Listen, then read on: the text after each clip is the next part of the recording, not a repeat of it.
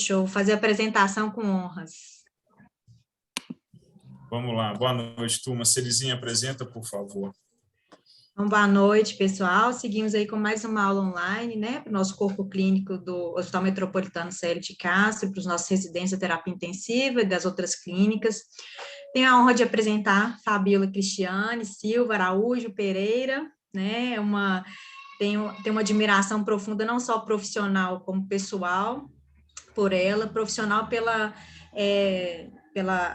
carreira, né, brilhante na medicina e na especialização, na especialidade que ela, né, se dedica, assim, né, com tanto amor e compaixão e ética, e não só também, e além disso, né, com uma capacidade técnica aí invejável, né, e admirável. Tá? Então, eu vou tomar um fôlego aqui para falar o currículo, né, da Fabíola.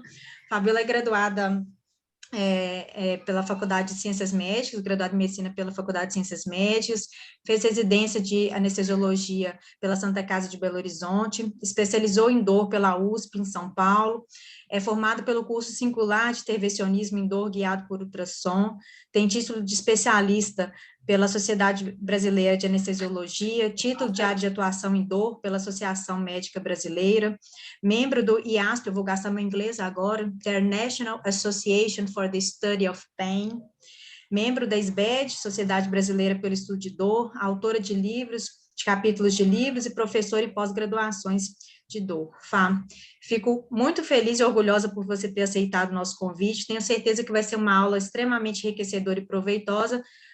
Participantes, fiquem à vontade aí, aproveitem o máximo da Fabíola hoje, viu, Fá? Aí o espaço agora é todo seu, viu? Um beijo. Beijo. Gente, muito obrigada. Primeiramente, eu que agradeço por esse convite, pela confiança, pela honra de falar, né, para todos vocês, meus colegas. Depois dessa apresentação aí que vocês podem reduzir aí por um quarto, por um terço, porque a Cerise, ela tem um envolvimento pessoal comigo, então, assim, é aquela coisa, né? Quando a gente gosta de alguém, a gente acaba achando que os nossos amigos sempre são mais do que realmente são.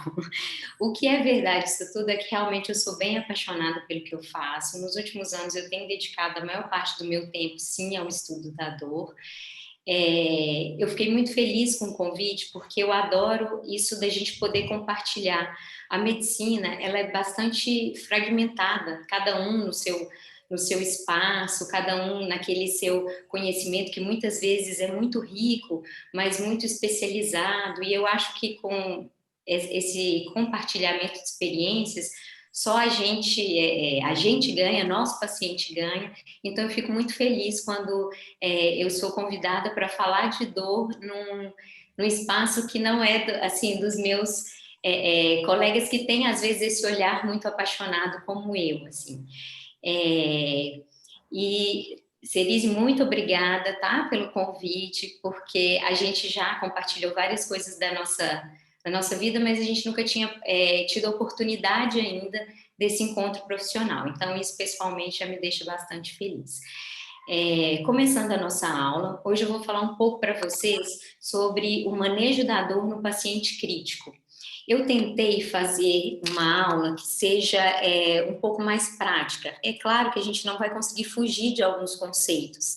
Acaba sendo uma aula um pouco mais densa, porque a gente vai falar de medicamentos, mas eu tentei trazer aqui algo que seja mais praticável no dia a dia, porque eu acho que é isso que é importante quando se trata de manejo da dor. É aquilo que vocês vão conseguir fazer aí no dia a dia dentro do cenário de vocês.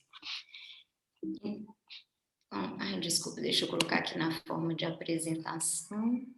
Então, o objetivo dessa aula, deixa eu só tentar aqui minimizar aqui para eu conseguir ver minha tela melhor. O objetivo, então, dessa aula é a gente falar um pouquinho, principalmente como a gente ainda hoje, apesar de ter tantos recursos, de ter tanto conhecimento agregado na área, como a gente ainda está muito aquém do ideal do tratamento de dor. E como que a melhora disso pode impactar positivamente tanto de maneira individual quanto coletiva, a vida dos pacientes. Então, um bom manejo de dor vai reduzir morbimortalidade, evitar sofrimento e diminuir custos. Eu não tenho conflito de interesses. E aqui é difícil a gente começar uma aula de dor sem falar da definição de dor. Essa é a nossa definição mais atual de dor, que foi atualizada em 2020 pela IASP e traduzida pela SBED, que é a nossa Sociedade Brasileira do Estudo da Dor. A dor, então, é uma experiência sensitiva e emocional desagradável, associada ou semelhante àquela associada a uma lesão tecidual real ou potencial. E aí, entrando um pouquinho dentro da epidemiologia e tentando ressaltar aí a importância disso, do estudo da dor, é que estima-se que em torno de 30% da população mundial tenha dor crônica, né? Então, é uma condição aí bastante prevalente. Atualmente é considerado um problema de saúde pública de bastante importância. Pacientes usam recursos de saúde até 5 vezes mais do que aqueles que não são afetados por essa condição. Quando a gente fala em termos de dor aguda, em termos de cenários de urgência e emergência, a dor pode chegar até a 90% das queixas principais em pronto atendimentos, e é o que acaba tirando o paciente de casa para procurar ajuda. A gente brinca que no pronto-socorro, às vezes o paciente chega, né, relatando, eu tive febre há uns 2 dias, começou a aparecer umas manchas no corpo, eu fiquei com falta de ar, mas aí hoje eu comecei com dor de garganta. Então, aí eu vi. Então, realmente, a dor é o que mais tira o paciente de casa para procurar um atendimento. Na UTI, é a queixa mais comum dos pacientes, chegando a 40% a 70% deles queixarem-se de dores moderadas a graves, para a gente entender como que é importante. Existem várias classificações da dor, né? Mas quando a gente pensa no foco de tratamento, do que é importante tratar bem uma dor, tem 2 classificações que elas acabam sendo muito importantes e que elas acabam direcionando o que nós vamos usar para tratar o nosso paciente. Então, em relação à temporalidade, uma dor pode ser aguda, quando ela tem uma duração menor do que 3 meses, no caso de condições não cirúrgicas, e menor que 2 meses, em casos de pós-operatório. E a dor crônica, que é uma dor que supera esse tempo, né, que ultrapassa esse tempo. Para as condições não cirúrgicas, 3 meses, e para as pós-operatórias, 2 meses. Em relação à classificação fisiopatológica, a gente tem 4 classificações principais. A gente tem suas subdivisões, mas eu acho que aqui não é o foco a gente ficar falando disso. Eu tentei trazer de uma forma simplificada, porque a gente vai falar muito mais sobre tratamento, e isso aqui vai direcionar um pouco a escolha da nossa conduta, da nossa medicação ou da nossa intervenção.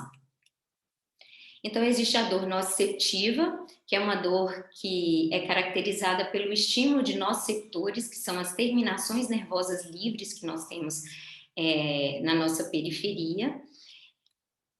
Temos a dor neuropática, que é uma dor de características bem específicas, que pode ter uma lesão real ou não de um nervo, mas ela normalmente compromete um território que de uma inervação específica, com características de queimação, de dormência, formigamento.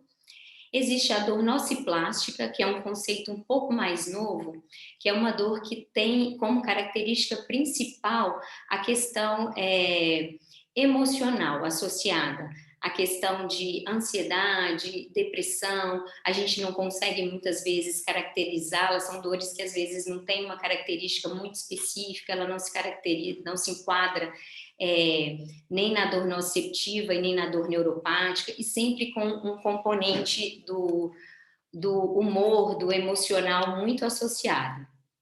E temos as dores mistas, que são as dores que têm componentes tanto nociceptivos quanto neuropáticos. Como exemplo, por exemplo, de uma dor nociceptiva, a gente tem, por exemplo, as dores pós-operatórias, né? Você tem ali uma lesão tecidual causada por um, um estímulo cirúrgico, um corte ali na pele, e aquilo ali vai estimular os nociceptores periféricos. A dor neuropática, um exemplo dela é a neuralgia pós-herpética, por exemplo. A dor pós-operatória, ela também pode ter componente neuropático, mas ela é primordialmente nociceptiva. A dor nociplástica, a gente pode falar da fibromialgia, e as dores mistas, a gente tem aí as lombalgias, que muitas vezes têm características de dores nociceptivas, misturadas com dores de característica neuropática também, um componente, às vezes, mais pronunciado que o outro, dependendo do momento ali da doença. Fisiopatologia da dor. Fisiopatologia da dor é uma aula à parte, impossível que a gente consiga falar aqui dentro dessa aula sobre tudo que envolve a fisiopatologia da dor. Mas eu vou tentar dar um breve resumo, de novo, tentando sinalizar para aquilo que é importante, para aquilo que eu considero importante dentro do manejo do paciente crítico, que é o tema da nossa aula. Então, a dor, ela começa com um estímulo aqui na periferia, normalmente uma terminação nervosa livre, o tecido tem uma injúria, sofre um processo inflamatório, existe esse neurônio, ele vai transformar através estímulos que podem ser químicos, físicos, em estímulo elétrico. Então, aqui na periferia, o nosso receptor capta esse estímulo, ele transduz, né? Existe a transdução desse estímulo em estímulo elétrico, e ele vai percorrer esse primeiro neurônio, que vai terminar lá no corno posterior da nossa medula. É no corno posterior da medula que acontece a primeira sinapse neuronal. É o primeiro neurônio vindo da periferia, encontrando com o segundo neurônio no corno posterior da medula. Ele vai cruzar para o outro lado e subir numa via ascendente, que é a via do trato espino-talâmico. Aqui só está representado um, mas é como se fossem vários feixes nervosos formando um trato, que vai se conectar com o tálamo, onde está o nosso terceiro neurônio. Então, basicamente, são 3 neurônios por essa via ascendente.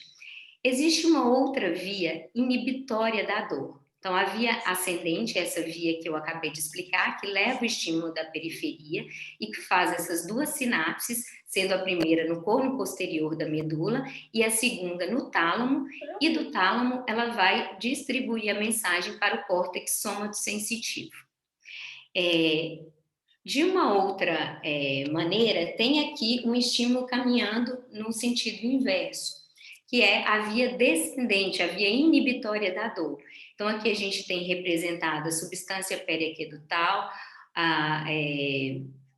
tem também envolvimento do lóbulo cerúleus, que não está representado aqui, do bulbo rostro-ventromedial, que são estruturas ligadas nas vias descendentes da dor, e elas conduzem estímulos inibitórios, elas agem aqui nessa primeira sinapse também, né, aqui no neurônio do corno posterior, só que fazendo a modulação da transmissão desse estímulo doloroso, às vezes aumentando, às vezes diminuindo, mas de uma maneira geral mais diminuindo, através de liberação de neurotransmissores. E aí nós temos 3 neurotransmissores principais relacionados à via inibitória da dor, que é a serotonina, a noradrenalina e os opioides endógenos, todos esses atuando aqui nessa primeira sinapse.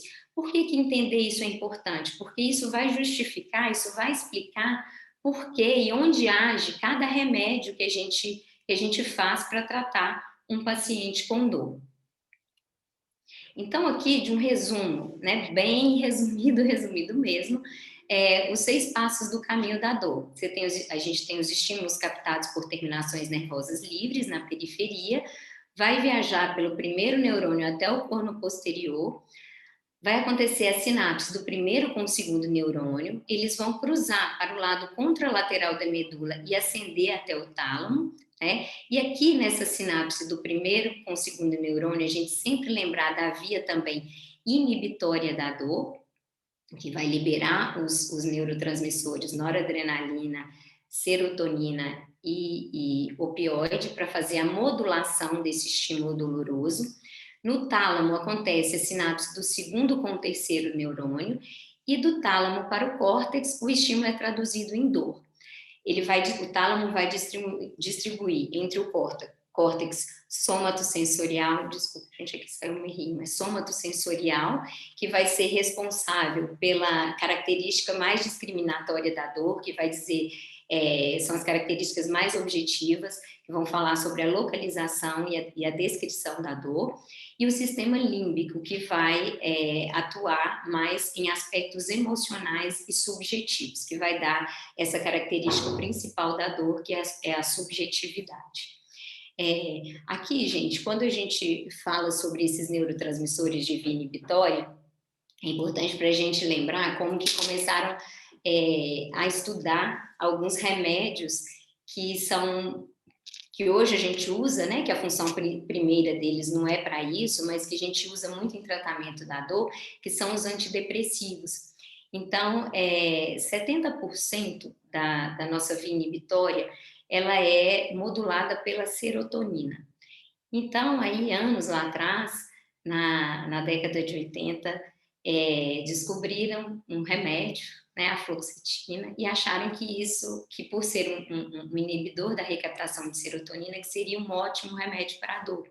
Com o tempo a gente viu que não é tão assim, não é um remédio tão eficaz para o tratamento da dor, porque a gente sabe hoje que, embora a via serotoninérgica seja a via de maior importância em termos de porcentagem, porque 70% né, corresponde a essas vias, a via noradrenérgica parece ter uma contribuição muito, muito importante, né, em termos de modulação da dor.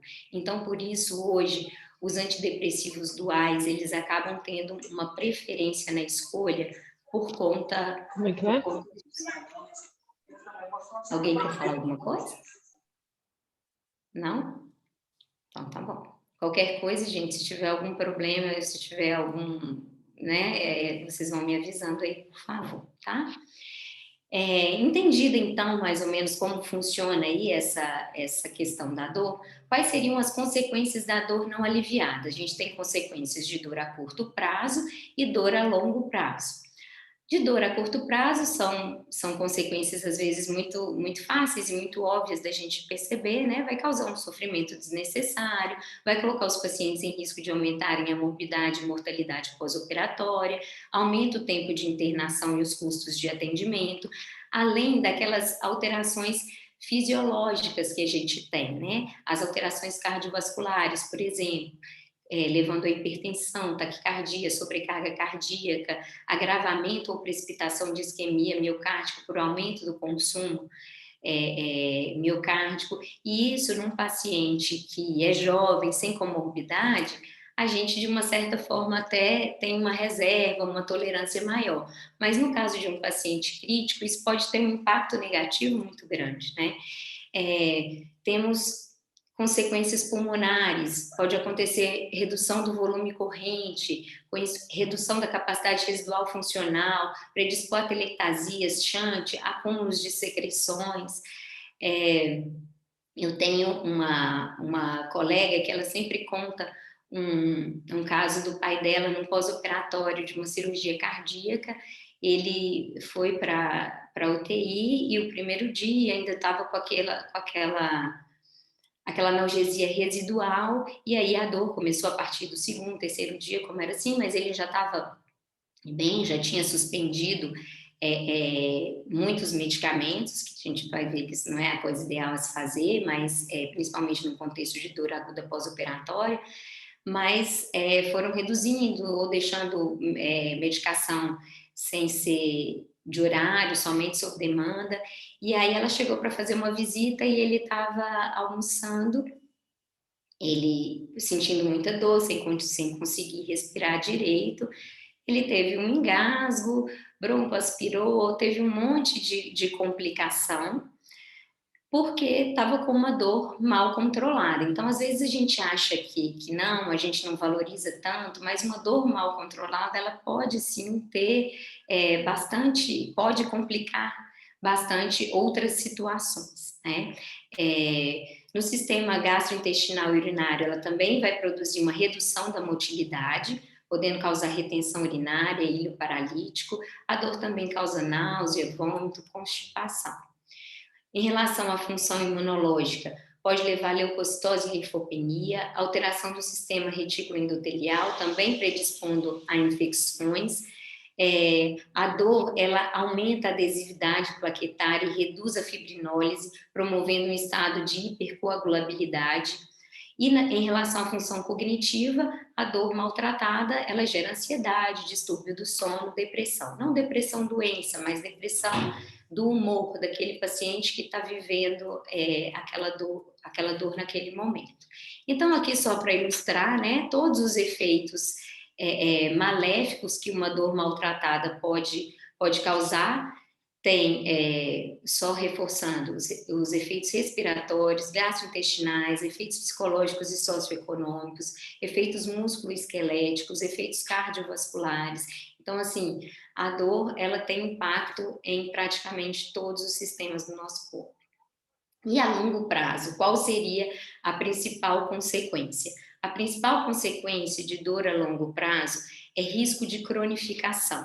Cerca de 10 a 50% dos casos de dor aguda vão sofrer cronificação. E um dos fatores mais importantes para prevenir cronificação é o bom tratamento da dor na fase aguda.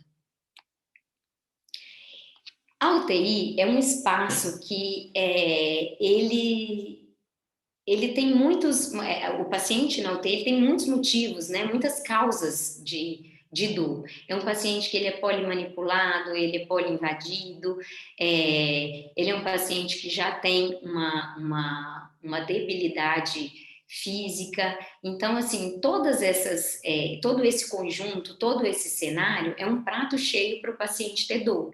Então, dentro das causas da dor na unidade de terapia intensiva, a gente tem imobilidade no leito, os procedimentos, né, intubação, os catéteres centrais e arteriais, as trocas de curativos, trocas de decúbitos, sondas, drenos, às vezes a restrição dos membros no leito, o fato do paciente ter cirurgias prévias, ter traumas, queimaduras, a fisioterapia, porque o paciente também, quando ele está naquele estado de imobilismo e que ele começa a ficar consumido e entrar num estado de sarcopenia, até ele começar, a reabilitação pode ser muito dolorosa, né? E tem a dor oncológica também, que a gente sabe que os pacientes oncológicos, eles muitas vezes vão precisar de internação na unidade de terapia intensiva, e não só pela doença de base, que já predispõe isso, mas com todos os outros comemorativos que uma unidade de terapia intensiva requer. O que a gente tem de preditor de maior intensidade de dor autorreferida na unidade de terapia intensiva? O maior tempo de reconhecimento da dor até a administração do analgésico. Então, o paciente que fica mais tempo sentindo dor e que não recebe o tratamento, ele também vai referir mais dor, vai ter scores de dor mais alto. O maior tempo de internação na UTI, claro, né, porque ele vai ficar mais tempo imóvel, vai ser submetido a mais procedimentos, e aquele paciente que já tem um quadro de ansiedade ou depressão prévias. Então, sabendo que temos várias causas, como que a gente conduz isso? Primeira maneira da gente tratar uma dor é reconhecê-la e avaliar. Né? O padrão ouro de avaliação da dor é o autorrelato. Só que a gente sabe que muitas vezes no paciente em unidade de terapia intensiva ele não está apto a se comunicar ou a se comunicar de maneira adequada. O que a gente não usa e que todos os artigos sempre mencionam é que a gente nunca use os sinais vitais como parâmetro, né, para dizer que um paciente está sofrendo de dor. O paciente em UTI, ele tem outras questões e outras coisas que vão fazer alterar o quadro hemodinâmico dele, que vai predispor a taquicardia, às vezes hipertensão. Então, sinais vitais não são parâmetro. Assim como um paciente que não que está normotenso ou que está com uma frequência cardíaca dentro do normal, ele também pode estar sofrendo de dor. Então, os artigos são claros quanto a isso, não utilizar sinais vitais como parâmetro para avaliação da dor. Os pacientes da unidade de terapia intensiva que podem se comunicar, existem 2 escalas principais que são validadas, né, que são traduzidas e que são validadas, e que podem ser usadas como um método de avaliação da dor. Então, a gente tem a escala verbal numérica, em que o paciente vai ser questionado e ele vai dar uma nota para a sua dor de 0 a 10, e tem a escala também dos descritores verbais, sem dor, dor leve, dor moderada, dor intensa ou dor insuportável. Isso quando o paciente tem a condição de autorreferir. Então, essas são 2 escalas que são validadas, que podem ser usadas. É sempre importante, gente, bom que a gente padronize um método de avaliação da dor.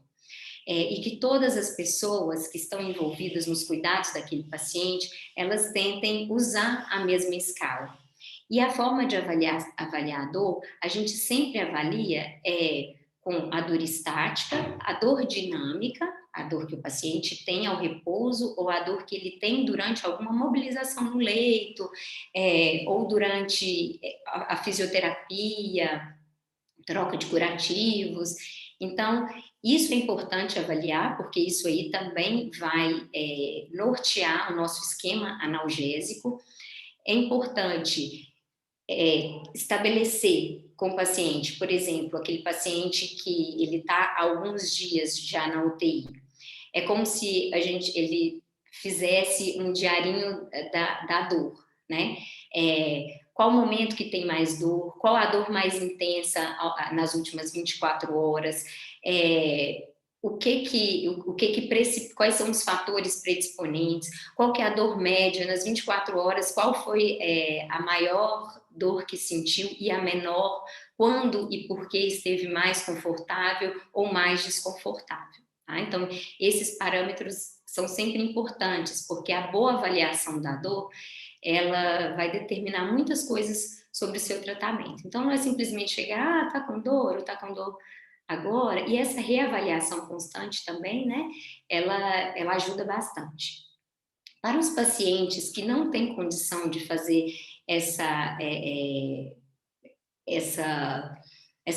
de dar essa informação sobre a própria dor, a gente vai ter que aplicar antes das escalas de dor, as escalas de sedação, né? Que aí eu não vou nem me atrever a falar, que vocês intensivistas sabem muito mais do que qualquer um. Então, as escalas de sedação que comumente são usadas nas unidades de terapia intensiva, a escala de Hansen e a escala de Haas.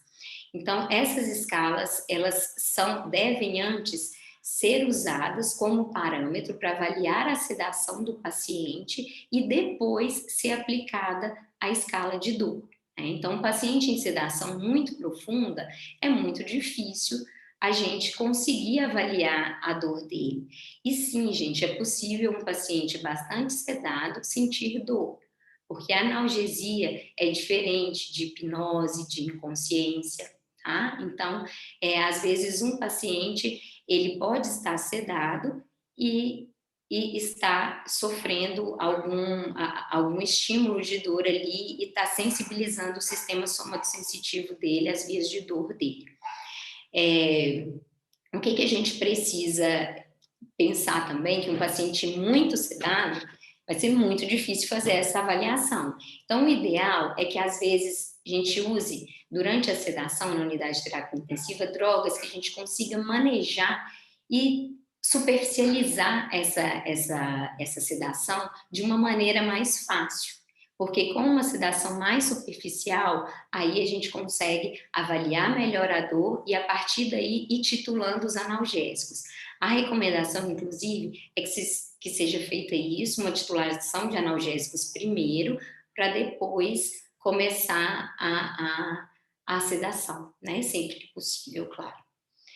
O regime de sedação mais leve possível e permitir a interrupção diária. Aqui, para esses pacientes que não conseguem referir a sua própria dor, existem também 2 escalas validadas, traduzidas para o português, que levam em conta a expressão facial, os movimentos dos membros e a conformidade também com a ventilação mecânica. Os pontos são de 1 a 4, dependendo do que você encontra na sua avaliação. A pontuação mínima é 3 e a pontuação máxima 12. 12 seria uma dor insuportável e 3 ausência de dor. E aqui, essa outra escala também, que é validada, que também olha expressão facial, movimentos corporais, tensão muscular, adaptação ao ventilador, e essa escala varia de 0 a 8. Uma coisa que eu acho interessante nessa escala é que talvez alguns outros parâmetros, eles não sejam esses 2 aqui. Talvez eles não sejam tão, assim, específicos, apesar de que essas 2 escalas, elas têm uma especificidade, uma sensibilidade muito grande, muito boas. O movimento dos membros, né, isso diz muito para a gente. Aquele membro recolhido permanentemente, o membro assim, ele normalmente representa um estado de dor maior, tá? Então, isso aqui é um parâmetro de avaliação que a gente considera bastante importante. Vamos entrar agora, então, no que eu acho que é o que a gente precisa mais falar, né, em termos práticos. O que disso tudo que eu falei, no que isso se transforma aí na nossa prática diária.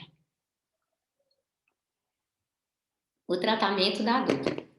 Dentro do tratamento da dor, a gente tem que ter algo, a dor é algo muito subjetivo, então a gente precisa de algumas coisas que tentem nos nortear. Essa escada analgésica da OMS, ela já é uma escada antiga, a gente já modificou ela algumas vezes, já adaptou, mas ela ainda assim é uma escala antiga que não serve para todos, mas é de onde a gente consegue partir. A gente vai ver que nem sempre a gente vai conseguir seguir exatamente ou fazer todos os degraus da escada analgésica, porque dor não é essa coisa assim tão linear. Mas, enfim, já é uma ferramenta, é algo que a gente usa, sim, bastante na nossa prática para poder também orientar nosso tratamento, bastante usado também em estudos, porque muitas vezes é o que a gente tem para dar aí o start da dor. Então, a gente tem aqui, dentro da dor leve, o que a gente poderia usar? Qual que é a primeira escolha de tratamento para dores leves, que são os analgésicos comuns e os anti-inflamatórios não esteroidais. No segundo degrau da dor, para aquela dor já mais moderada, entrariam os opioides fracos e você soma, na verdade, né? Você vai somando, você continua usando analgésico e anti-inflamatório e acrescenta um opioide fraco. Dor intensa, já começam os opioides fortes e mantém os analgésicos e os anti-inflamatórios. Aqui você faz a troca, né? Não tem muito sentido você associar 2 opioides, como eu vou falar um pouquinho mais lá na frente. E no quarto degrau dessa escada, estaria aqui para essas dores todas refratárias, né? Que a gente não conseguiu tratar aqui com medicamentos, entrariam os procedimentos intervencionistas. Em qualquer degrau, você já pode começar com as drogas adjuvantes, que eu vou falar um pouquinho para vocês também depois quais seriam, quais a gente usa principalmente na nossa prática. O que a gente vê hoje é que esse quarto degrau, ele tem sido cada vez feito mais precocemente. Então, hoje a gente não espera muitas vezes ser uma dor tão de difícil controle ou tão refratária.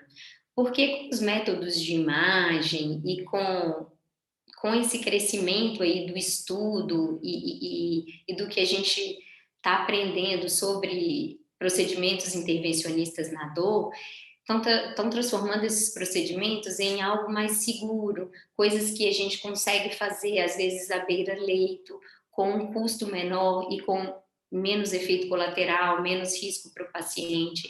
Então, a gente, às vezes, está antecipando esses procedimentos. Mas, em termos, né, do que a gente tem hoje, a escada analgésica mais atual é essa. O que vai orientar o meu tratamento da dor? Primeira coisa é a gente entender que não é toda dor que é igual. As dores não são iguais. As dores têm características específicas e elas respondem a medicamentos específicos de maneira melhor ou pior. Então, assim, não é opioide para todo mundo, o opioide não é o melhor analgésico para todas as dores. Eu não só classifico dor forte, dor fraca, dor moderada para escolher o meu medicamento. Então, quando eu disse que duas classificações muito importantes e que norteiam o nosso tratamento da dor são quando a gente trata dor aguda e dor crônica, e também quando a gente faz a classificação fisiopatológica da dor. Quando eu falo de dor aguda e dor crônica, os medicamentos que a gente usa não são os mesmos, e quando eu falo também de classificação fisiopatológica da dor, muitas vezes o meu arsenal terapêutico ele também vai se modificar. No caso da temporalidade, os pacientes que têm dores crônicas e que estão, por exemplo, passando pela unidade de terapia intensiva e que estão com alguma dor descompensada, estão com alguma agudização do quadro, eles precisam também ser tratados de maneira diferente do que aquele paciente jovem que não tem nenhum histórico de dor, que não tem nenhuma sensibilização central e que está ali na UTI de repente para um pós-operatório com uma dor aguda muito pontual. Então, determinar, saber da história do paciente, se ele tem história de dor crônica ou se é aquele primeiro episódio de dor na vida dele, e a gente classificar aquilo somente como uma dor aguda, o tratamento também muda. E a gente vê pelos estudos que os pacientes de dor crônica, eu acho que até intuitivamente a gente espera que seja assim mesmo, e os estudos confirmam que eles têm uma dificuldade maior do manejo da dor, são pacientes que às vezes requerem uma dose maior de analgésicos para controle de dor, porque eles já sofrem do que a gente chama de sensibilização central, que é um estímulo repetido de dor, levando a uma modulação do nosso sistema de percepção de dor, como se fosse aquilo que a gente chama popularmente, né? Como se o meu corpo aprende a sentir dor, ele aprende a sentir dor. Nosso cérebro aprende muitas coisas, coisas boas e coisas ruins. Dentre as coisas ruins, ele também aprende a sentir dor, né? Então, aqui, eu tenho um paciente me queixou de dor, eu preciso classificar. Essa dor é aguda ou essa dor é crônica? Como que é a característica dessa dor? Eu tenho uma dor que é de característica primordialmente nociceptiva, e se ela é nociceptiva, a gente ainda tem uma subclassificação aqui entre dor somática e dor visceral. A dor somática seria aquela dor mais localizada, né? Eu tenho aqui, então, esse meu arsenal terapêutico. Como eu posso tratar? Com anti-inflamatórios, analgésicos, relaxantes musculares, corticoides, opioides, dependendo da intensidade da dor, né? Na dor visceral, a gente tem também um esquema bastante parecido, mas aqui você vai acrescentar os antiespasmódicos.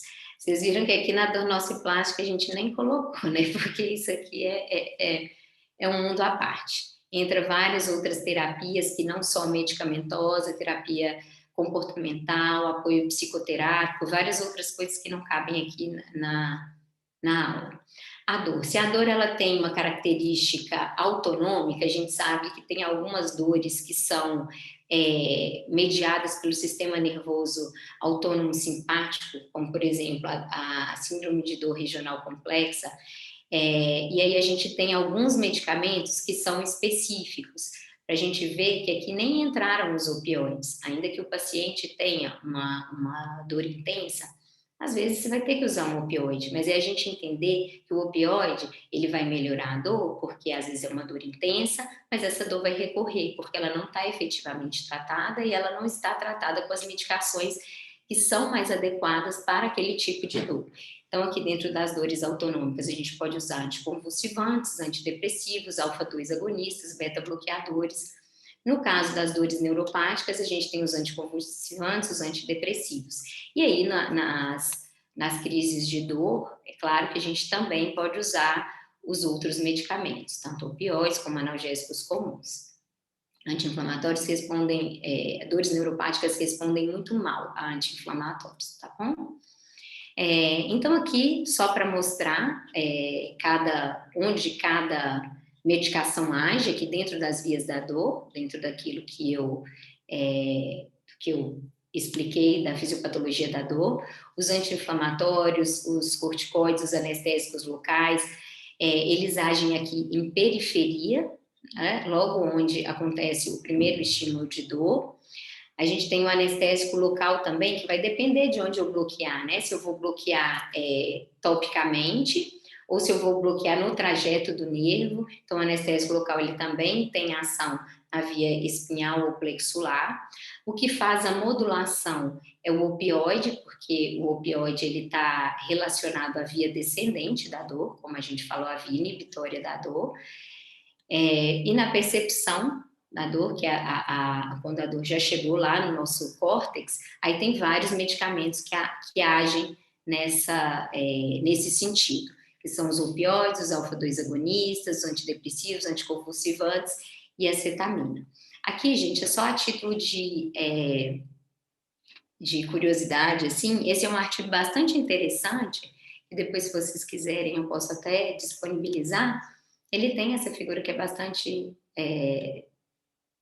eu acho bastante bacana e é interessante porque ele faz essa conjunção da fisiopatologia da dor, dos caminhos da dor e de onde cada medicação age. Acho que isso dá para a gente também uma boa visão do que esses remédios que a gente usa tanto na prática, onde eles estão agindo e no que eles podem influenciar aí dentro desse processo de dor.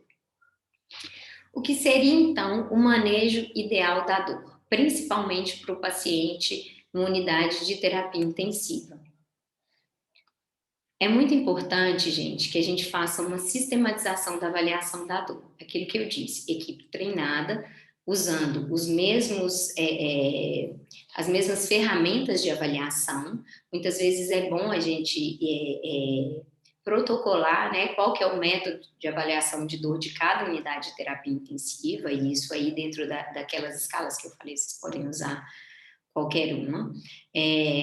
Analgesia preventiva, então não existe muito aquilo mais da gente esperar o paciente sentir dor e correr atrás da dor.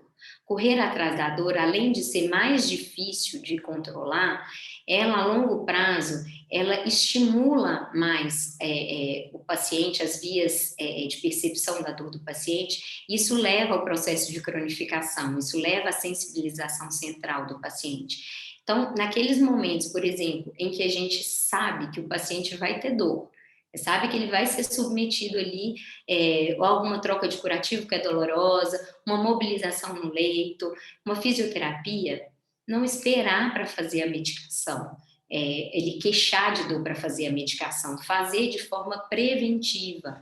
Então, antes do estímulo, a gente bloquear aqueles receptores com o medicamento que tiver sido escolhido, que tiver ali dentro do esquema analgésico dele, e aí depois, dependendo da medicação, né, 15 minutos depois, 30 minutos depois, o paciente fazer ser submetido àquele procedimento ou fazer aquele movimento, aquilo que precipita a dor dele.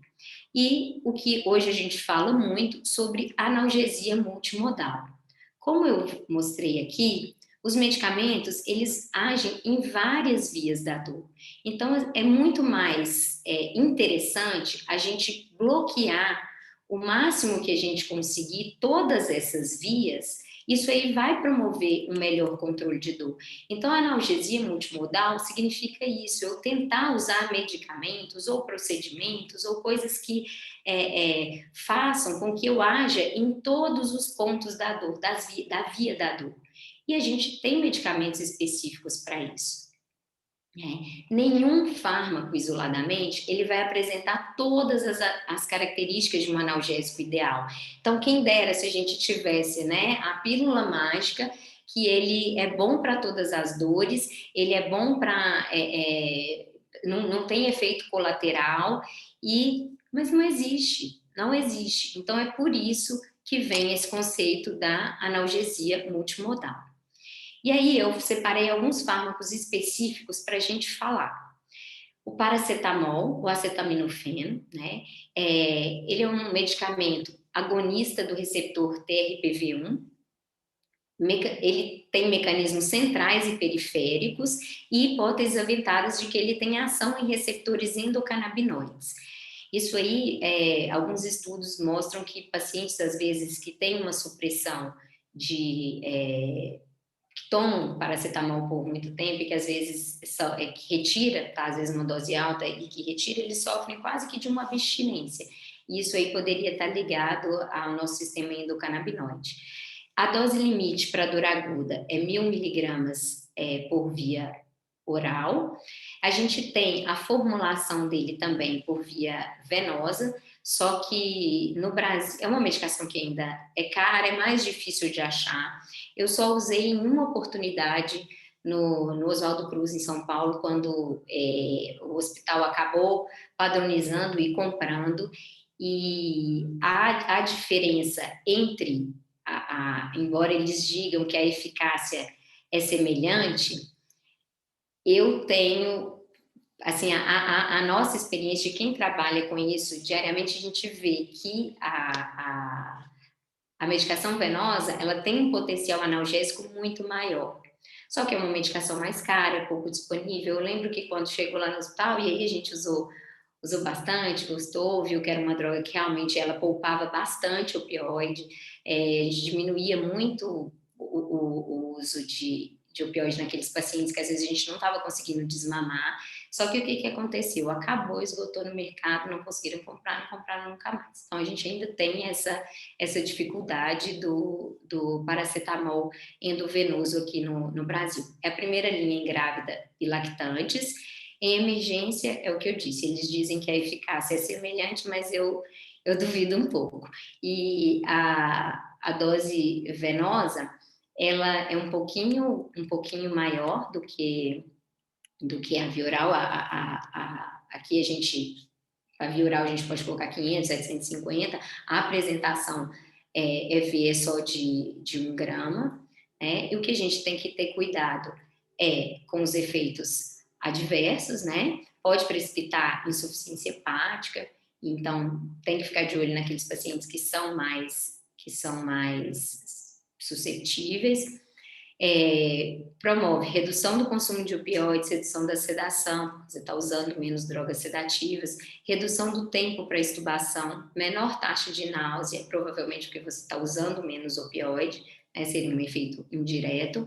E uma coisa que na terapia intensiva talvez seja importante considerar, que talvez um paciente rígido não tenha tanto impacto, mas que no ambiente de terapia intensiva teria essa redução na pressão arterial média, que pode ocorrer em até 50% dos pacientes, uma redução de 15 milímetros de mercúrio, quando é feito o paracetamol via endovenosa. A dipirona. A dipirona, tem muito pouco trabalho com a dipirona, porque a dipirona, para mim, é uma droga muito injustiçada, na verdade. Eu gosto muito, uso bastante, ainda mais por não ter o paracetamol venoso e muitas vezes o paciente de unidade de terapia intensiva ele não ter a via oral disponível, a dipirona acaba sendo o nosso analgésico comum de primeira escolha quando a gente precisa fazer uma medicação por via endovenosa.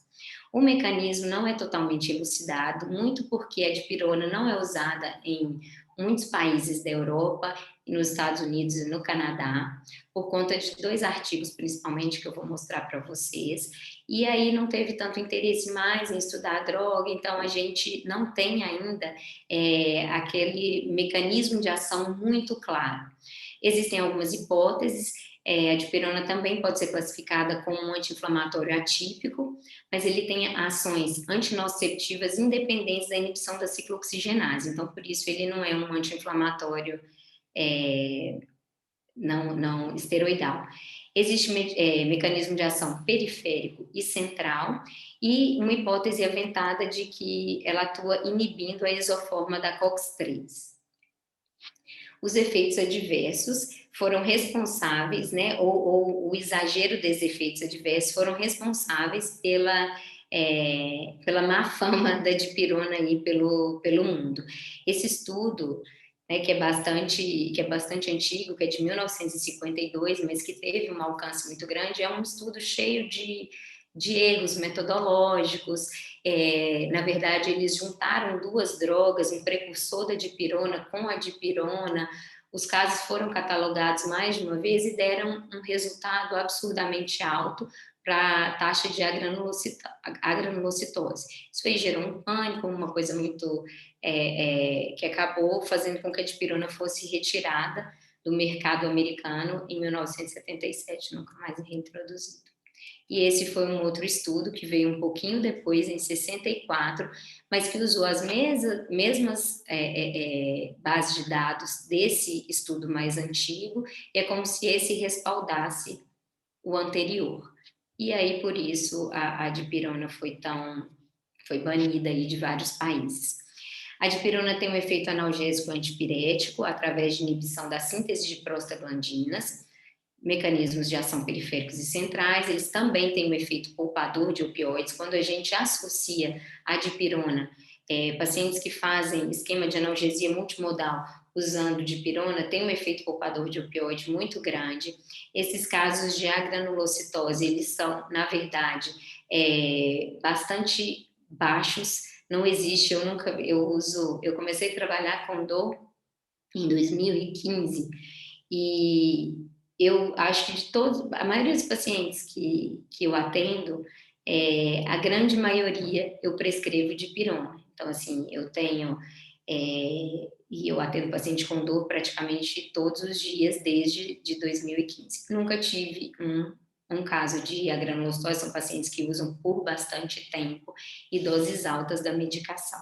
Então, assim, eu acho que a gente precisa ainda, depois, a OMS já soltou um comunicado dizendo que essa taxa de agranulocitose, ela é desses estudos antigos, que ela é exagerada, que com o tempo isso não se confirmou na prática. Então, é algo que não faz muito sentido para mim ter tanto medo da droga, porque é uma droga boa, que me poupa opioide, que me diminui risco de efeitos adversos dessas drogas que a gente tanto tem que se preocupar. A analgesia, ela é dose dependente, a dose antipirética geralmente é uma dose menor, mas para analgesia 25 a 30 miligramas por quilo, na dor pós-operatória pode usar de 30 a 35.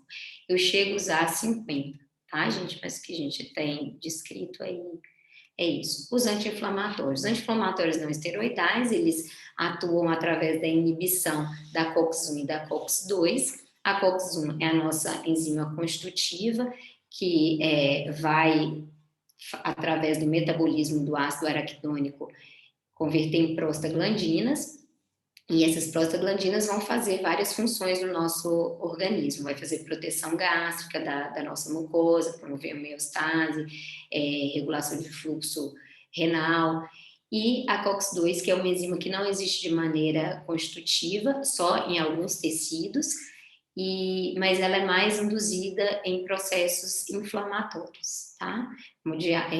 Induzida em contextos de inflamação. Então, os anti-inflamatórios não esteroidais, na condição de um paciente crítico, a administração é feita IV. É claro, é uma droga que é bastante discutível o uso nesses contextos, tem algumas indicações muito específicas, sempre tem que ter esse cuidado e olhar as contraindicações. Então, paciente com úlceras gastrointestinais, com hemorragia ativas, com nefropatias, idosos com múltiplas comorbidades, cirróticos, por conta de síndrome hepatorrenal, justamente porque o bloqueio dessa síntese de prostaglandinas, que é feito pelos anti-inflamatórios não esteroidais, ele pode piorar a perfusão renal, né? Então, assim, é uma droga que é bastante, eu entendo a dificuldade, e é uma droga também que eu não uso muito, só para alguns tipos de dor bastante específicas mesmo, por curto prazo, e naqueles pacientes que não tenha, assim, muitas comorbidades, que não seja muito idoso, acima de 60 anos, eu já tenho bastante cuidado em passar.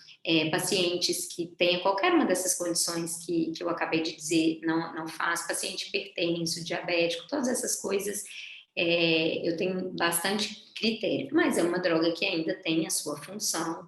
Existem formulações tópicas também, que, por exemplo, para dores localizadas, às vezes o paciente que está muito imóvel no leito ou que tem alguma dor caracteristicamente inflamatória, pós uma punção, ou algum lugar ali que está mais edemaciado, mais inflamado, se quiser, o uso tópico com baixa absorção sistêmica, ele pode ser uma opção para esses casos, quando achar que a droga está indicada. A ketamina. A ketamina é uma medicação que é antagonista do receptor NMDA. São receptores que a gente tem principalmente a gente tem no primeiro neurônio, na nossa periferia, mas dentro do processo de dor, mais importante são esses receptores aqui, que estão no neurônio pós-sináptico e que são receptores do glutamato. O receptor NMDA é um receptor de glutamato, que é uma substância excitatória da dor. A ketamina, ela faz a inibição desse receptor, impedindo que o glutamato envie a mensagem de dor. A ketamina é uma droga que reduz bastante a sensibilização central e a hiperalgesia induzida por opioides, pelo uso crônico de opioides, faz redução do consumo de opioides, principalmente em pacientes de contexto pós-cirúrgicos. As doses da ketamina, geralmente, a gente usa em baixas doses, 0,2 a 0,3 miligramas quilo ou 10 a 20 miligramas. A dose analgésica ela vai variar de 0,05 a 0,5 miligramas por quilo. E a gente faz também esquemas de infusão contínua, com uma dose ainda menor. Essa aqui seria a dose de bolos, para fazer um resgate analgésico. A dose de infusão contínua, que a gente usa muito para fazer desensibilização central, ou às vezes até tratar a dor também, aquele paciente que está usando um grande número de medicações, que está com dor refratária, que a gente não está conseguindo controlar aquela dor, a gente pode usar a ketamina em infusão contínua numa dose bem baixinha, de 0,01 a 0,05 miligramas quilo-hora, e isso aí vai poupar muito dos outros medicamentos, vai diminuir a sensibilização central. Pacientes em contexto de dor crônica, a gente usa bastante. O que são os limitadores, os efeitos colaterais?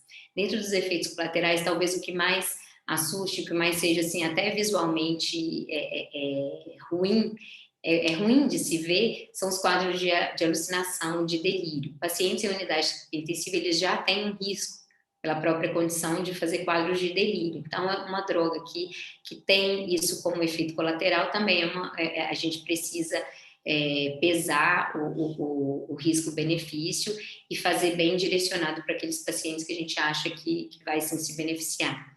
O tratamento das alucinações e delírios, caso eles aconteçam, é com benzodiazepina. Eu uso também, gente, às vezes para fazer bloqueio simpático venoso, misturado lidocaína com ketamina, tá? Dentro das drogas adjuvantes que tem lá naquela escadinha da OMS que eu mostrei, das que a gente mais usa são os bloqueadores dos canais de cálcio. E aí, dessas drogas, dentro desses protótipos aí, a gente tem os gabapentinoides, a pregabalina e a gabapentina, tá? São bloqueadores de canais de cálcio, eles também reduzem a sensibilização central, são consideradas as drogas adjuvantes. A principal indicação do uso dessas drogas são para dores neuropáticas, dor neuropática, tá, gente?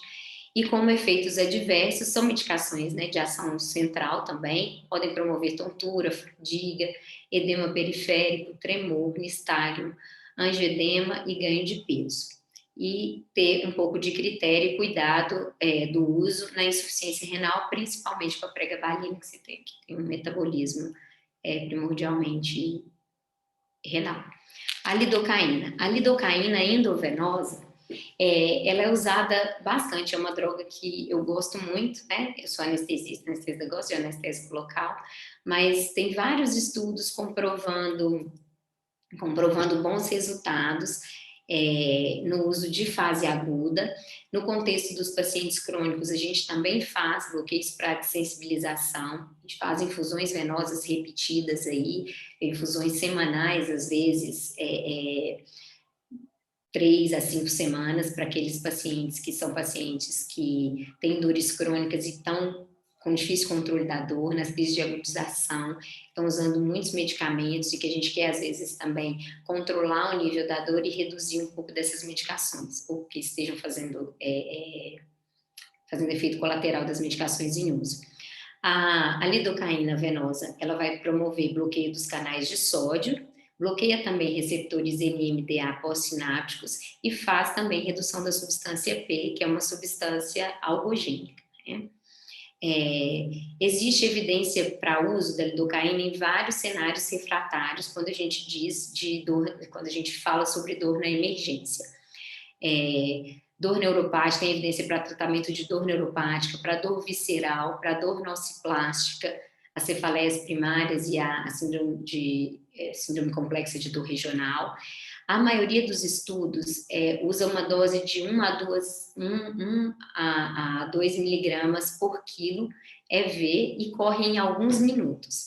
A dose que a gente usa geralmente para protocolos de bloqueio simpático venoso são doses maiores, são de 3 a 5 miligramas por quilo, a gente corre mais lento, geralmente em 1 a 2 horas. Esse é um dos esquemas terapêuticos, quando a gente quer promover um bloqueio simpático venoso, naquelas dores, por exemplo, simpático-mediadas, aquela dor que você achar que tem algum componente simpático-mediado, uma dor que cursa, às vezes, com outros comemorativos, edema, rubor,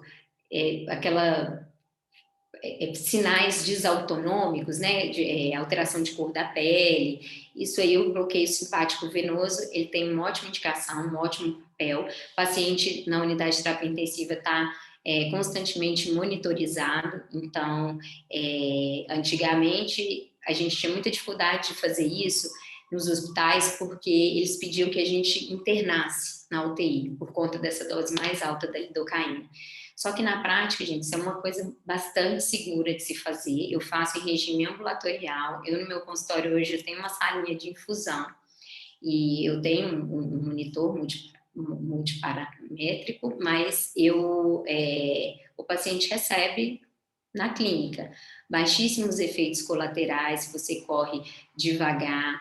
Quando aparece algum efeito colateral, às vezes aquela questão do gosto metálico, o zumbido no ouvido, só diminuir a infusão, esperar um pouquinho, normalmente o paciente recupera rápido, tá?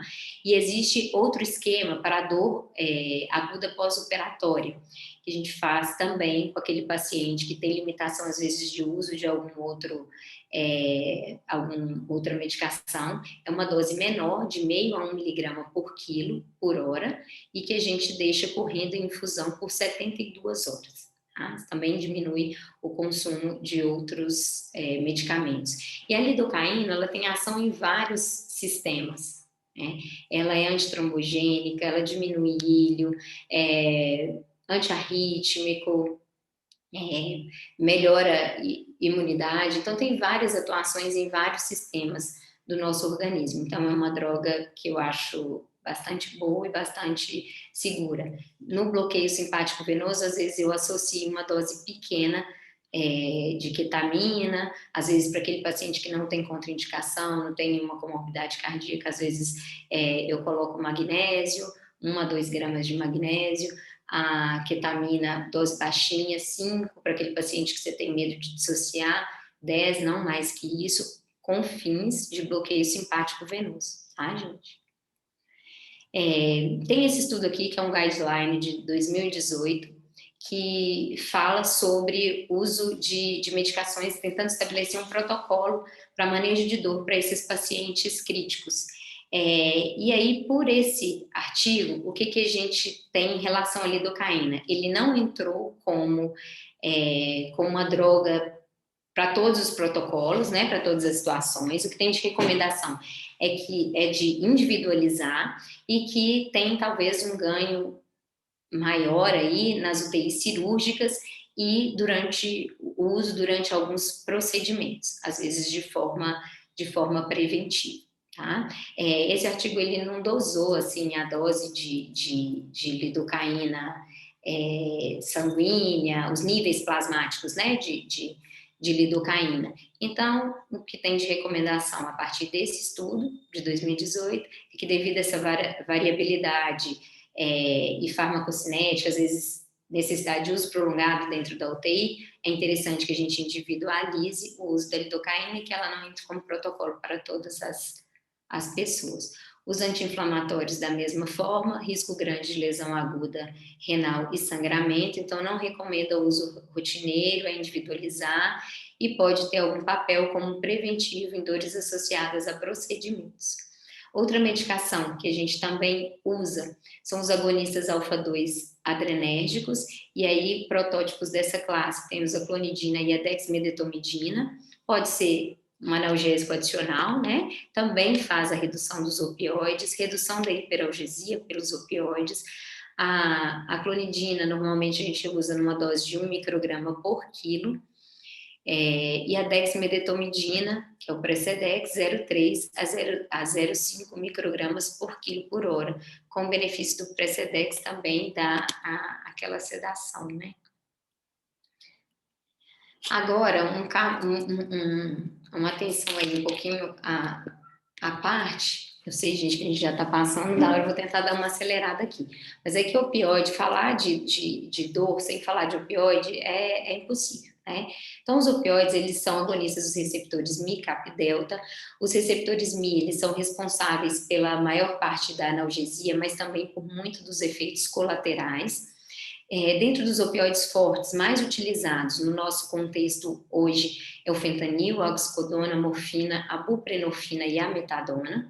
Dentro dos fracos temos o tramadol e a codeína. A codeína, para ser bem sincero, eu uso muito, muito pouco, porque eu acho que dá bastante efeito colateral, é uma prodroga, existe uma grande chance de quase que 30% das pessoas não fazer a conversão da codeína em morfina, então ela às vezes não vai ter efeito analgésico e você vai estar aumentando chances de efeitos colaterais indesejáveis para o seu paciente. Eles dizem de eficácia de opioides, eficácia semelhante em doses equianalgésicas, e que o ideal é titular até o efeito desejado ou até o aparecimento de efeitos colaterais antes de você associar alguma outra droga da mesma classe. Como aí os efeitos limitadores e o que os opioides podem causar é sedação, delírio, depressão ventilatória, paralítico, náuseas e vômitos, tolerância, hiperalgesia induzida, morbimortalidade, prolonga o tempo de ventilação mecânica de internação na UTI e pode promover imunossupressão.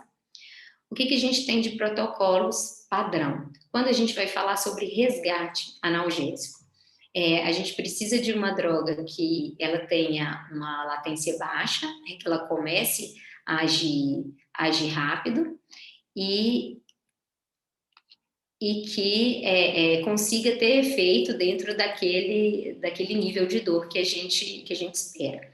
Para dores moderadas, né, um opioide fraco, a dose de tramadol que a gente usa, 50 a 100 miligramas, 1 a 2 miligramas por quilo por dose.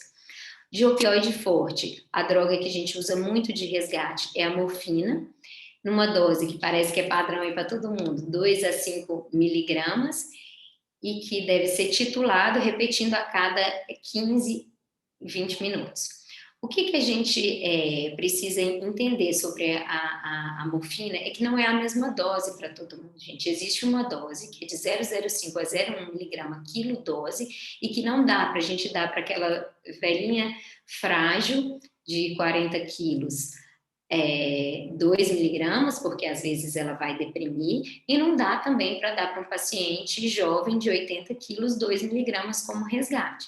Esse paciente jovem, ele vai requerer mais, ele vai ficar pedindo, porque isso não vai ser suficiente para ele, e aí vai criar muitas vezes aquela questão de que a gente tem de fazer, às vezes, um julgamento do paciente e achar que ele é viciado pela medicação porque ele está pedindo doses repetidas. É simplesmente porque a gente não está tratando de maneira adequada, não está fazendo a dose que é necessária para aquele perfil de paciente.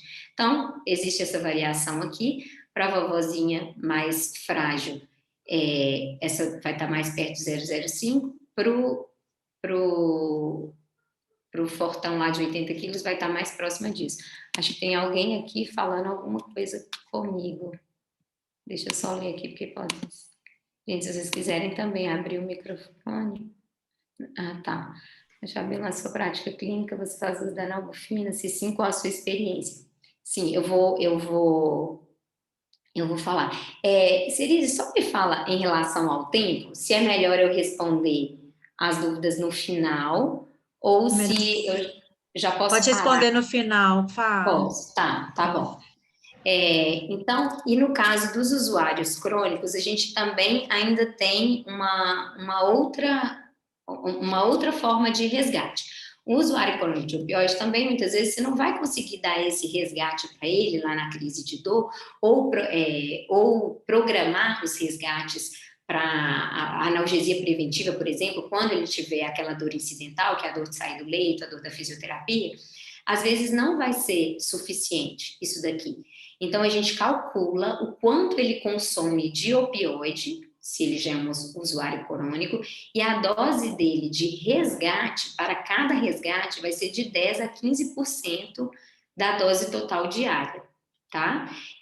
Isso aqui a gente pode converter em morfina e depois converter para qualquer outro opioide que ele estiver fazendo uso, seja fentanil, seja oxicodona, né? A gente tem as tabelas de correspondência, seja buprenorfina, que não é muito de resgate, a buprenorfina que a gente não tem venosa, só tem tópico. Pacientes com insuficiência renal, qual que é a sugestão do uso? Uma medicação que eu vejo, às vezes, as pessoas usando muito pouco e que eu até não entendo muito, porque é uma droga que eu acho sensacional, ela é barata, ela é bastante efetiva, a gente usa muito para aqueles casos que a gente tem suspeita de abuso, né? Ela pode ser feita tanto pela via venosa quanto subcutânea, e a dose é de 0,05 a 0,1 miligrama por quilo também.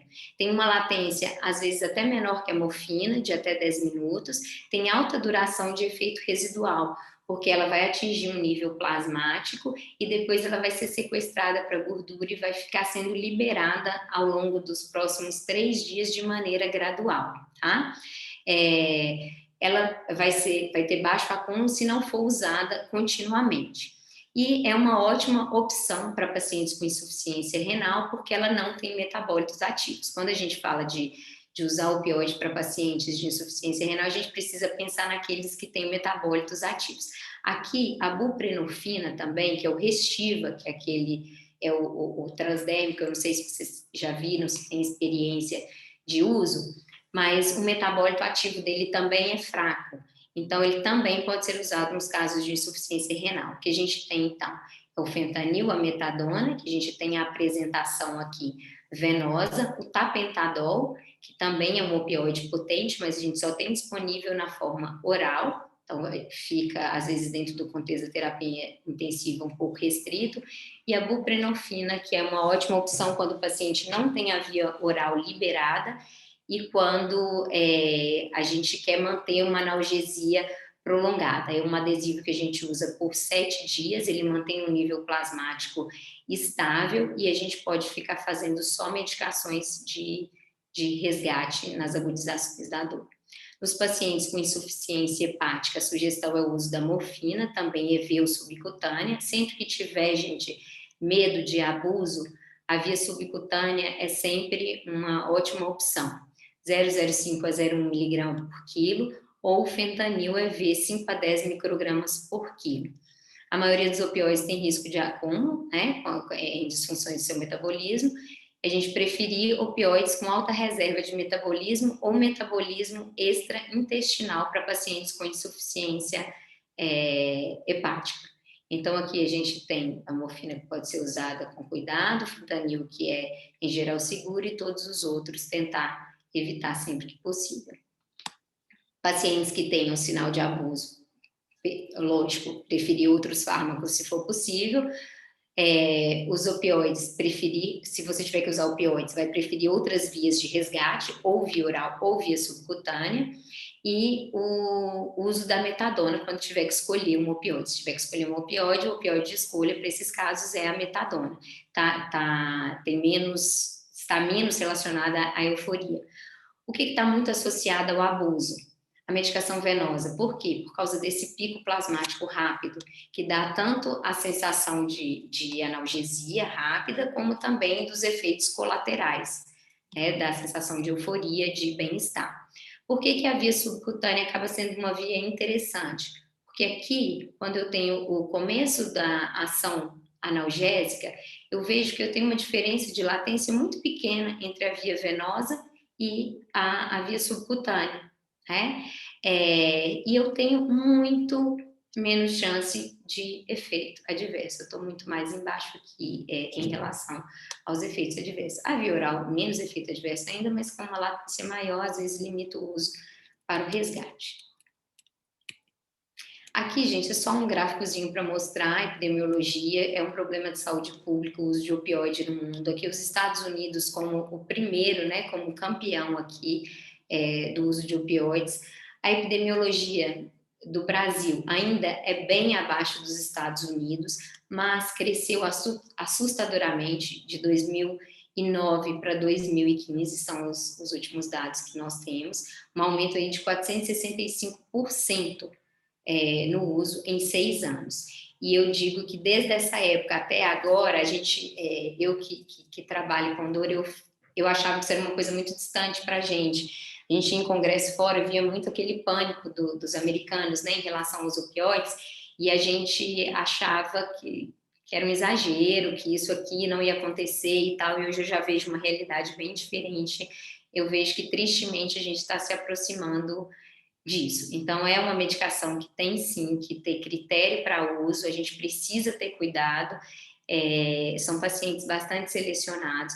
Eu acho difícil que, no contexto de terapia intensiva, a gente consiga fugir do uso dele, mas é sempre estar de olho nas opções dos melhores opioides e de outras estratégias para a gente tentar diminuir o consumo. Como tratamentos não farmacológicos da dor, a gente tem, claro, as terapias cognitivo-comportamentais, a fisioterapia motora, até 25% dos pacientes têm perda de força muscular periférica durante a internação da UTI, tentar trabalhar a mobilização passiva, substituindo aí por uma mobilização ativa assistida, temos termoterapia, massagem, acupuntura, musicoterapia. Existe aqui, gente, isso aqui seria uma aula à parte, mais por questão de curiosidade, e eu acho melhor a gente comentá-la a partir de dúvidas, se vocês tiverem. Eu acho que o grosso da aula era isso, é muito pouco tempo para se falar de tudo que precisa. Eu peço desculpas aí por ter me alongado mais do que o tempo, mas foi muito difícil eu tentar passar tudo que eu gostaria para vocês dentro desse cenário que eu acho que é tão importante. Aqui eu falo para vocês, quem tiver interesse, quiser me procurar separadamente, a gente pode conversar sobre PCA, isso é uma aula à parte, existem os protocolos que eu tenho, que eu posso passar para vocês, a gente pode falar sobre isso agora na discussão, se vocês não tiverem tempo ou quiserem. E aqui, isso aqui é sobre o que eu acho que é o futuro da dor na unidade de terapia intensiva. São os bloqueios de nervos periféricos para dor aguda na urgência. Isso é uma coisa que a gente faz ainda muito pouco e que eu acho que a dificuldade maior é mais por falta de treinamento mesmo dos profissionais. São bloqueios que são... Claro que com o treinamento adequado, eles são de fácil execução, baixo risco de complicação e que resolve muito e diminui muito a necessidade de uso de medicação por via sistêmica, né? Então, por exemplo, eu deixei aqui só como um exemplo para ilustrar para vocês o que a gente poderia fazer, que a gente faz no contexto de anestesia e que poderia ser implementado no contexto da terapia intensiva, porque não é realidade dos hospitais brasileiros ter um grupo de dor, porque isso aqui a gente fazia no grupo de dor. Lá em São Paulo, quando eu estava em São Paulo, a gente fazia esses bloqueios nos pacientes internados. Às vezes o intensivista, ele tem uma rotina, às vezes, pesada, ele não vai conseguir fazer isso durante o plantão dele, então lá eles tinham essa possibilidade de chamar, de acionar o grupo de dor, e às vezes a gente ia e fazia esse controle do paciente, às vezes à beira-leito. Paciente que está com muitos drenos, paciente com fratura de arcos costais, paciente, isso é só um dos bloqueios, tá, gente? Existem vários. E a nossa intenção hoje é promover educação continuada e fazer cursos de capacitação do profissional de terapia intensiva para que ele execute esses bloqueios, né? Que ele tenha possibilidade dentro do ambiente dele de fazer, de executar esses bloqueios. Então esse aqui é um bloqueio dos eretores da espinha, ele vai promover a analgesia da parede torácica, então está indicado para cirurgias do tórax, fraturas de costelas, pacientes com múltiplos drenos, é de fácil execução, a gente usa o ultrassom para identificação do espaço, ele é um bloqueio interfacial, a gente faz um volume grande de anestésico local que vai dispersar pela fáscia e que vai pegar ali os ramos intercostais que estão correndo ali paralelamente àquela face dos eretores da espinha, que é só a descrição da técnica, né? Normalmente a solução que a gente usa pode ser bupi ou bupivacaína, 20 ml a 0,25 no caso da bupivacaína. Aqui é só um desenho, gente, essas imagens são minhas, são nossas, minha e de uma colega que a gente publicou num capítulo de livro de bloqueios de anestesia.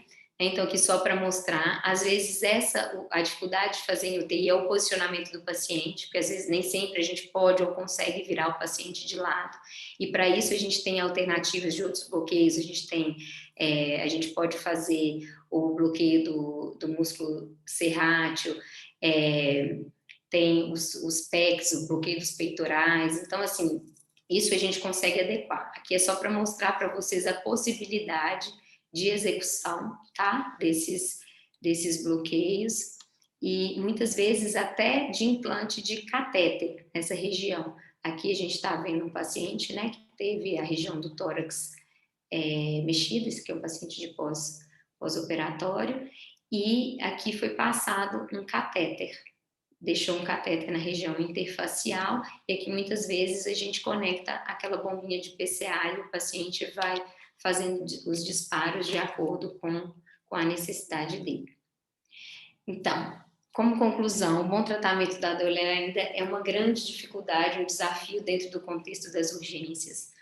Os fatores como não valorização da dor e suas implicações, às vezes pouca familiaridade com as opções de tratamento, não sistematização da avaliação, isso aí pode ser um contribuidor para a geração de futuros pacientes crônicos. Então, isso é uma mensagem que eu queria deixar para vocês, para ter sempre isso em mente. O manejo da dor aguda, ela impacta diretamente na qualidade de vida do paciente, no momento em que ele está vivendo aquele evento e também a posteriori.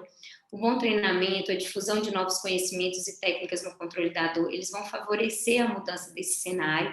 Essas coisas, como a gente está fazendo aqui, agora, né, de conversar entre especialidades, compartilhar experiências, isso aí pode proporcionar uma melhor experiência ao nosso paciente, além de diminuir custos. Esses bloqueios, gente, como eu disse, eles usam anestésico local, que é uma medicação barata, então isso impacta inclusive em custos, quando a gente fala sobre tratamento de paciente com dor. E aqui é só uma mensagenzinha final, né, que é o exato oposto, no sentido poético, né, a dor é inevitável, o sofrimento opcional, mas quando a gente fala isso no sentido médico, ela é o exato oposto. Porque se a gente combate adequadamente a dor, sim, ela pode ser evitável, tem várias maneiras, e hoje em dia a gente tem muito mais arsenal terapêutico e conhecimento para tentar fazer com que uma dor seja evitável, ou pelo menos a dor muito intensa seja evitável. E assim, tratando bem uma dor, a gente vai tirar a opção do paciente, né, de experimentar o sofrimento causado por ela. Ela está bem tratada, então o paciente não vai ter nem essa opção de sofrer por dor. Então, era isso que eu tinha para falar para vocês. Mais uma vez, eu agradeço o convite, eu estou à disposição para a gente conversar, se vocês tiverem tempo, se vocês quiserem. É muito difícil para mim, porque eu estou dando uma aula para não especialistas, então eu fiquei com medo do conteúdo não tá muito aquém ou muito além, eu não sei como que é assim, a experiência de vocês com dor. Então, assim, já peço antecipadamente desculpas se ficou alguma coisa para mais ou para menos, mas estou à disposição para a gente conversar, para a gente trocar, para falar sobre as coisas que não foram possíveis de serem ditas aqui durante a nossa aula. E, mais uma vez, agradecer o convite.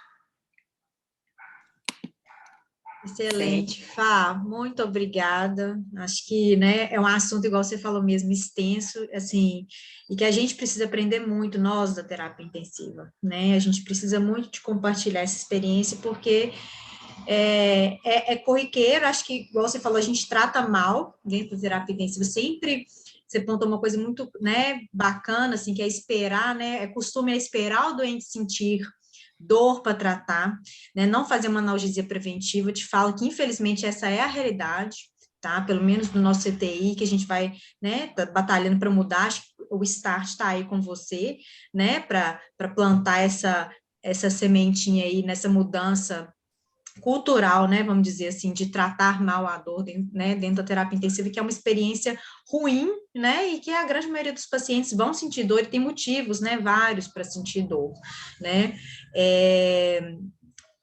sem palavras para a aula, acho que, assim, se a gente pudesse, né, vamos dar continuidade, né, outros, como dizer, parte 1, parte 2, parte 3.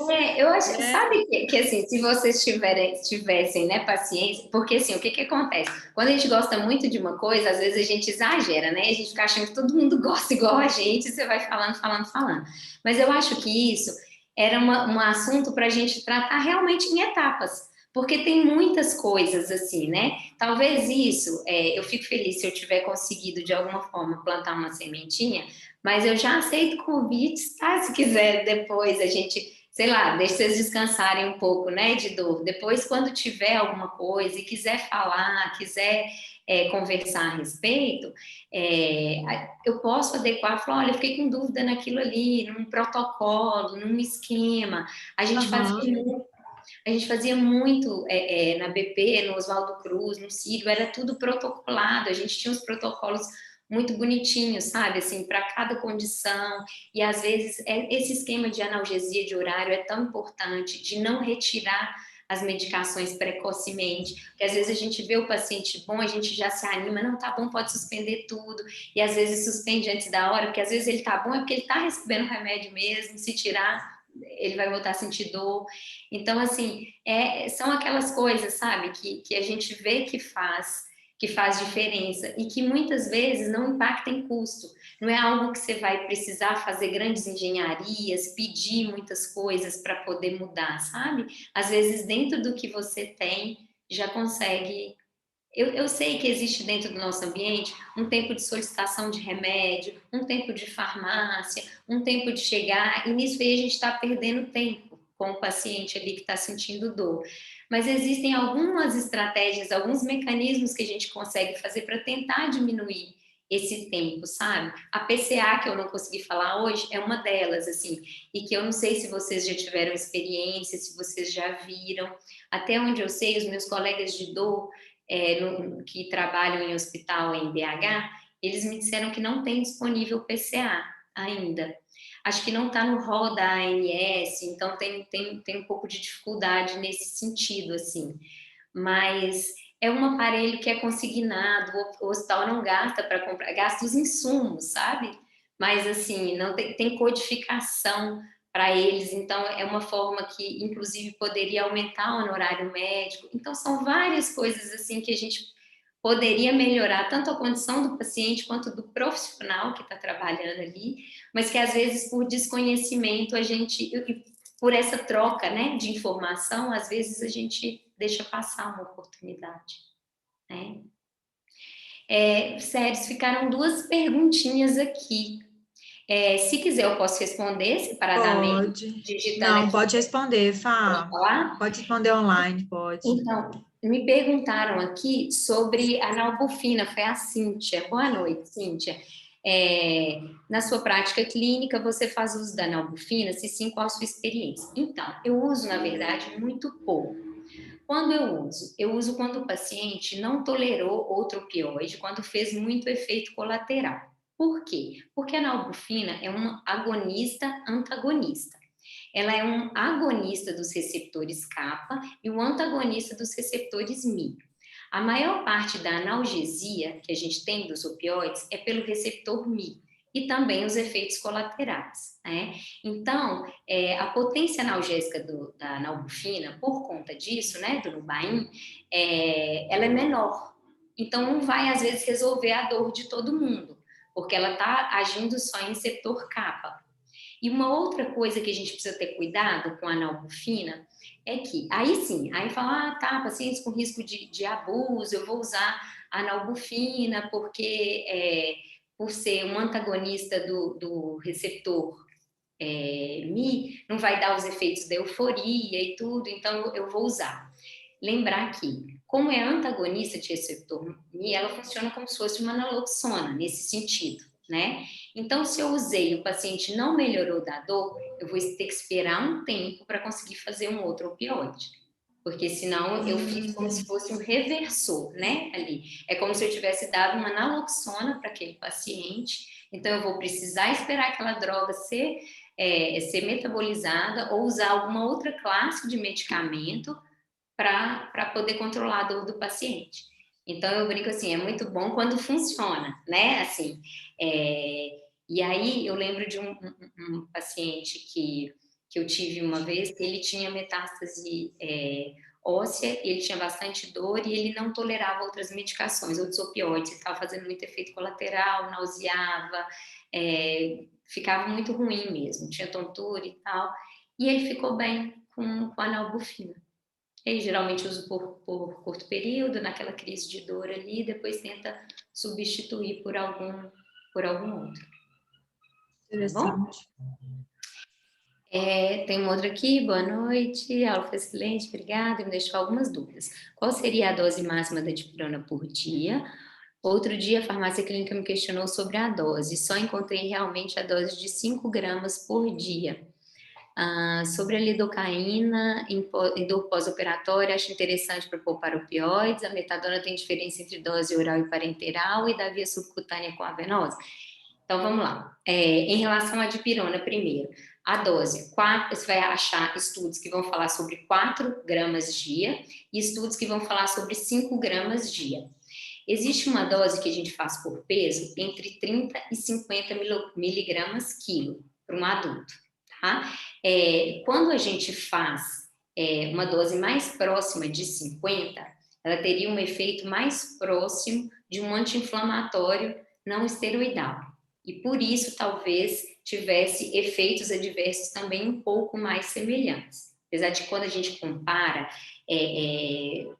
incidência, chance de efeito adverso, sangramento gastrointestinal, essas coisas assim, é tudo muito menor relacionado à dipirona. Mas existe esse risco teórico de que se você aumentar a dose, chegando próximo de 50 miligramas quilo, você estaria chegando perto de uma dose anti-inflamatória da droga. Né? Ela funcionaria ali, inibindo também ciclooxigenase e poderia aumentar a chance de efeito colateral. O que eu faço na minha prática diária? Para todos os pacientes que têm ali, que estão ou em pós-operatório, ou que estão fazendo uma dor repetida, que ele está curando uma ferida, está tendo troca de curativo, eu deixo de horário para todos. 2 gramas de dipirona EV de 6 em 6 horas. Isso é fixo. Claro que tem um risco potencial da dipirona, porque ela também faz faz relaxamento da musculatura lisa por atuação em canais de cálcio. Então, ela tem esse efeito de relaxamento, e por causa desse efeito vasodilatador da dipirona, às vezes pode fazer hipotensão. Então, claro, individualizar dentro aí do paciente crítico a dose que ele tolerar melhor. Mas esse horário das 6 em 6 e essa analgesia fixa, eu acho ela importante. Talvez ajustar a dose. Ela não tolerou 2 gramas, vou passar para 1 grama, vou passar para 1,5 e vou adequando, né? Não passo... Eu geralmente uso aí até 8 gramas por dia, tá? Eu falei errado, eu falei 4 e 5, é 5 e 8, tá? Vocês vão achar artigos com 5 e vão achar artigos com 8. Se quiser, eu posso mandar para vocês. Aí, você disse que teve a questão da farmácia, né? Talvez, não sei se para liberação aí de doses maiores, porque a gente usa, assim, 2 gramas de 6 em 6, né? Isso aí somaria 8 gramas por dia, tá? Então, é uma dose segura. O que a gente tem de estudo mais recente é de uma segurança da dipirona. Esse risco teórico de agranulocitose, ela não se confirma na prática, é um risco muito baixo, que inclusive quando comparado, por exemplo, com anti-inflamatório não esteroidal, é até mais baixo que essa outra classe de medicamentos. Então, é uma medicação que eu uso. Se for via oral, eu passo para 1 miligrama de 6 em 6. Por quê? Teoricamente, a dose seria a mesma, oral ou venosa, tá? Mas porque alguns pacientes me queixam de desconforto gástrico quando tomam 2. E porque, às vezes, tem paciente que reclama, o comprimido de dipirona é grande, tomar 2 de uma vez, não sei o quê. Todas essas coisas, assim, que no dia a dia a gente vai ver que começa a ficar difícil para usar a droga. Mas, e por conta dessa queixa de desconforto gástrico. Mas pode usar também via oral 2 gramas de 6 em 6, se o paciente tolerar, se ficar bem, não tem problema, tá? Então, dose venosa e oral de dipirona, a mesma. Aí, me perguntou da lidocaína e dor pós-operatória. Sim, eu acho super interessante, eu acho a lidocaína uma droga sensacional, poupa, sim, bastante opioide, tanto naquela dose menor que eu falei de analgesia contínua, né, usando até 72 horas para dores pós-operatórias, na dose de 0,5 a 1 miligrama quilo por hora, né, faz aquelas infusões contínuas e deixa por 72 horas. A gente fazia muito paciente que tinha, por exemplo, que ia fazer aquelas esofagectomias extensas, e cirurgias extensas, né, como a esofagectomia, e que não podia receber, por exemplo, que tinha uma contraindicação de bloqueio do neuroeixo para a gente fazer anestesia associada. Muitas vezes a gente faz peridural, né, e faz anestesia geral depois, a peridural para analgesia pós-operatória. Algum paciente ou anticoagulado, ou por qualquer dificuldade que tivesse de fazer a peridural, a gente usava lidocaína venosa nessa dose. Já saía da sala cirúrgica com ela, sabe? E mantinha na UTI. O paciente ia ficar monitorizado o tempo todo. Nunca vi arritmia, nunca vi intoxicação, nada disso, tá? Com essas doses. Para bloqueio simpático venoso, quando a gente fala sobre cronificação e que a gente quer evitar cronificação, que o paciente já crônico, ou que está descompensado da dor, que não está conseguindo controlar de outra maneira, a gente faz essas infusões repetidas de lidocaína. No contexto de terapia intensiva, a gente pode fazer repetições diárias ou a cada 2 dias. Por exemplo, você faz, aí a dose é maior, é de 3 a 5. Se tiver com medo, comece com 3 e vai aumentando até chegar em 5. Faz uma infusão, e aí é uma infusão só, para correr em 2, 3 horas, tá? E aí avalia. O paciente teve uma redução importante da dor, pode repetir no dia seguinte ou depois de 48 horas. E aí a gente faz 3 a 5 sessões, tá? Para esses pacientes. Então, também funciona bem na prática. A gente tem resposta muito boa, com baixíssima chance de complicação. É claro, gente, que é individualizar. Isso não é uma coisa que serve para todo mundo. e vocês mais que ninguém, né, intensivistas, conseguem saber quem é o paciente que está ali no limbo, né, quem é o paciente que pode, às vezes, pesar um pouquinho mais numa droga ou não. Então, é individualizar, mas esses protocolos existem, a gente faz, e eles dão bons resultados. E a metadona, se tem dose oral e parenteral, sim, tem diferença. Normalmente a gente começa com dose oral e os ajustes da metadona. Por que a metadona oral é difícil no contexto de dor aguda? Porque ele é um remédio que a gente precisa ir titulando aos poucos, porque ele acumula, ele tem uma meia-vida errática, né? Então a meia-vida dele pode ser de 48 até 72 horas. Então o ideal é que os ajustes aconteçam a cada 3 dias, se você tiver que fazer aumentos na medicação, via oral, tá, gente? Então a gente começa normalmente com uma dose de 2,5 de 12 em 12 horas, ou aquele paciente que já usa opioide, que já está com um nível de dor mais alto, é um paciente que cabe mais, já começa com 5 de 12 em 12, 5 miligramas via oral de 12 em 12.